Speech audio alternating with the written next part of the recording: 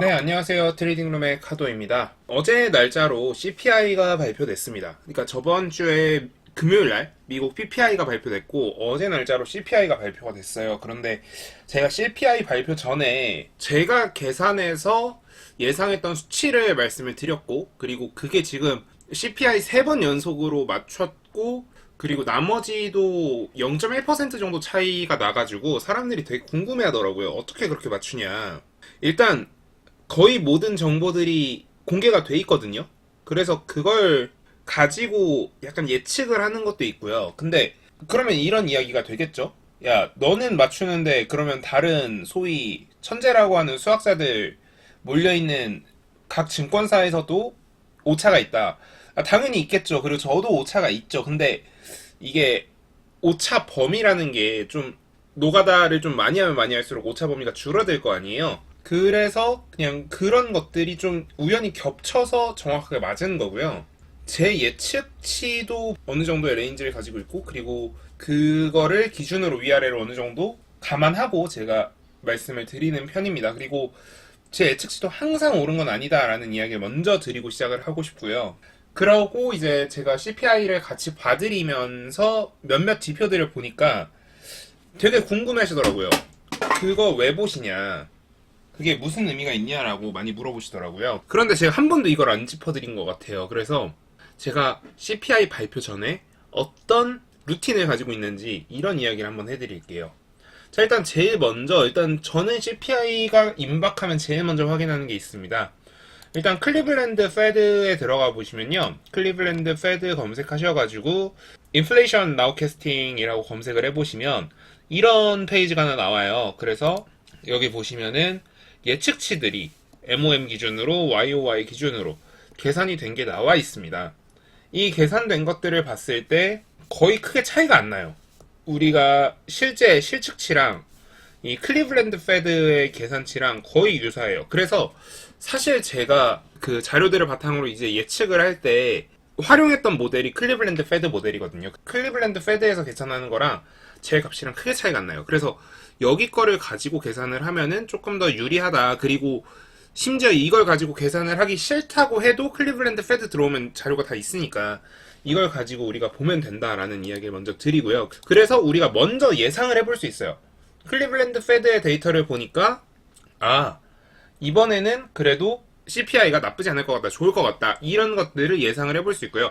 클리블랜드 페드의 예측치가 그 시장 전망치보다 낮게 되어 있으면 그냥 환호성 지르셔도 무방합니다. 그리고 두 번째로 보는 거는 이제 컨슈머 프라이스 인덱스, 그러니까 CPI죠. CPI랑 PPI에 대해서 이렇게 정리해 놓는 도표들이 있어요. 여기를 가서 얘네들의 비교값을 먼저 확인을 합니다. 그래서 이거 다 비교해 보시면 아시겠지만 실제로 최근 1년 정도 CPI가 PPI보다 높게 나온 적이 없어요. CPI는 항상 PPI보다 낮았습니다. 그래서 PPI를 기준으로 우리가 대충 플러스 마이너스 계산할 수 있고요.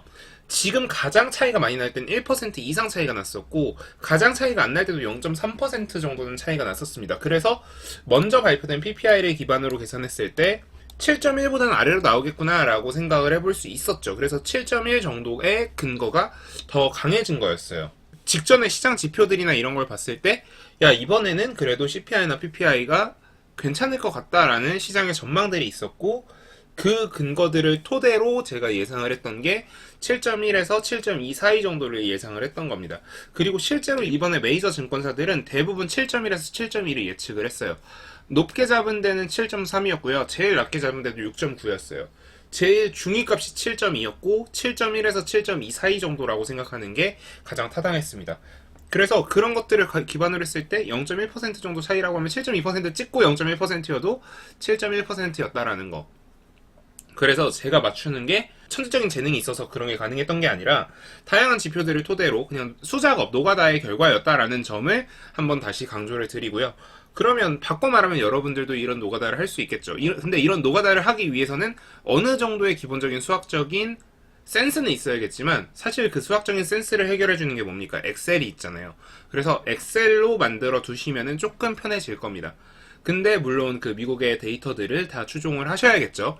그래서 그 추종을 해서 일종의 프로그램화를 시키는 것도 목표를 하고 있는데 그게 이제 한 달 혹은 뭐 길게는 2달 행사다 보니까 이게 크게 매력적인가? 라는 생각이 들어요. 그래서 프로그램화를 시킬 바에는 그냥 내가 종종 미리 예상을 해서 예측치를 올려드리거나 혹은 라이브를 미리 하자 그런 느낌으로 좀 가는 게 더 낫지 않을까라고 생각이 듭니다. 그래서 지금 제가 뭐 시장에 대해서 CPI나 PPI에 대해서 예측하는 흐름들은 이런 되게 자연스러운 흐름들을 기반으로 하고 있고요.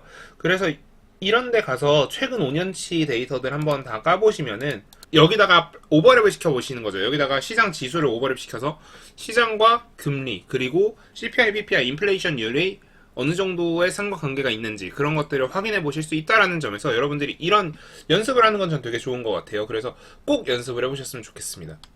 그리고 이제 CPI가 발표되고 PPI가 발표된 다음에는 이제 연준 혹은 미국 노동부? 뭐 정확히 제가 뭐라고 칭하는지 모르겠는데 레이버 스태틱스에 관련된 자료들이 모여있는 곳을 오셔가지고 CPI 관련된 자료가 전부 다 있어요. 그래서 이번 CPI는 어땠고 결과로 뭐 실질 임금이 어떻게 되었다 이런 것들도 다 나와 있고요. 이번 CPI에 대해서는 그냥 뭐 쉽게 말씀드리면 일단 식품이 0.5% 정도 올랐고요. 에너지가 1.6% 정도 떨어졌습니다. 재화가 0.5% 정도 떨어졌고 서비스가 0.4% 정도 올랐습니다. 그리고 이제 주거 관련된 영역이 0.6% 오르면서 CPI가 이렇게 결정이 되었고 그래서 전체적인 수치로 봤을 때 이제 재화와 서비스가 가격이 어느 정도 안정화가 되고 있고 특히 지금 겨울철인데도 불구하고 그러니까 온도가 이미 이때부터 떨어지기 시작했을 거거든요. 그럼에도 불구하고 에너지 가격이 안정세를 찾았다는 거 그런 부분에서 우리가 이번 CPI 발표가 되게 호재로 받아들여질 만한 요소들이 있다라고 할 수 있겠죠. 그런데 한 가지 좀 아쉬운 점은 이제 이런 CPI가 발표되고 나면은 미국 지수도 지수지만 우리 원자재를 한번 확인을 해야 돼요. 원자재 에너지를 확인을 하게 되면은 어제 날짜로는 네, 조금 올라온 것을 확인할 수 있어요. 그러니까 미국 CPI가 발표가 되고 CPI가 굉장히 좋게 발표가 되고 나면요. 원자재 가격도 같이 올라버려요. 그래서 결국 뭐가 된다? 에너지 가격이 올라가는 효과가 나고 에너지 가격이 올라가면 어떻게 돼요? 다시 인플레이션율이 증가하는 효과가 나거든요. 그래서 그런 부분들에 대해서는 아직 아쉬운 부분이 있기 때문에 다음 CPI가 또 안 좋아질 영향도 있는 거고 그러니까 또 FOMC에서 분명히 또 조지는 발언을 할 가능성이 높아요. 그래서 우리가 이런 것들을 항상 생각을 하고 시장에 접근을 하면 좀 더 도움이 되겠죠. 그러니까 미국 연준은 어떻게든 인플레이션을 잡으려고 해요. 그런데 인플레이션율이 올라가는 결과가 일어날 수밖에 없게 원자재 가격이 상승해버리면 그걸 조지기 위해서 시장도 같이 조질 수 있다는 거. 이런 것들을 우리가 좀 생각하면서 시장에 접근하면은 도움이 되지 않을까라고 생각을 하면서 오늘 영상 마무리하도록 하겠습니다. 네, 지금까지 트레이딩룸의 카도였고요. 오늘 영상 도움되셨다면 구독, 좋아요, 알람 설정 부탁드립니다. 감사합니다. 지금까지 카도였습니다.